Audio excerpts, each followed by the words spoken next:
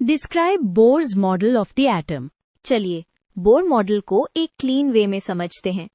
Idea ये था कि रदरफोर्ड मॉडल में इलेक्ट्रॉन सर्कुलर मोशन में होते हैं तो एनर्जी लूज करके न्यूक्लियस में गिर जाते, पर रियलिटी में एटम स्टेबल होते हैं।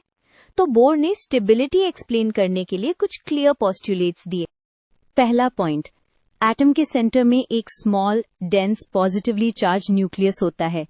इलेक्ट्रॉन्स न्यूक्लियस के अराउंड रिवॉल्व करते हैं, बट रैंडम नहीं, स्पेसिफिक अलाउड पाथ्स में। ये अलाउड ऑर्बिट्स का कॉन्सेप्ट बहुत इंपॉर्टेंट है। अब सेकंड और मोस्ट इंपॉर्टेंट बात, हर अलाउड ऑर्बिट का एनर्जी फिक्स्ड होता है।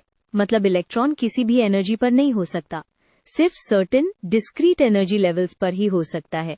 इसी को हम क्वांटाइज्ड एनर्जी लेवल्स बोलते हैं। नेक्स्ट पॉइंट है स्टेबिलिटी को डायरेक्टली एड्रेस करता है। जब इलेक्ट्रॉन किसी अलाउड ऑर्बिट में होता है तब वो एनर्जी रेडिएट नहीं करता। इसका मतलब एटम कोलैप्स नहीं करेगा, क्योंकि इलेक्ट्रॉन कंटिन्यूअसली एनर्जी लूज ही नहीं कर रहा।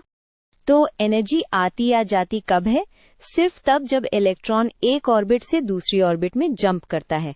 हायर एनर्जी लेवल पर जाने के लिए एनर्जी अब्सॉर्ब होती है और लोअर लेवल पर आने पर एनर्जी एमिट होती है। इसी से लाइन स्पेक्ट्रा, स्पेशली हाइड्रोजन का एक्सप्लेन होता है। आखिरी में डिस्क्रिप्शन कंप्लीट करने के लिए एक लाइन और। बोर मॉडल हाइड्रोजन जैसे सिंपल एटम्स के लिए काफी सक्सेसफुल था, बट मल्टी इलेक्ट्रॉन एटम्स में इतना एक्यूरेट नहीं।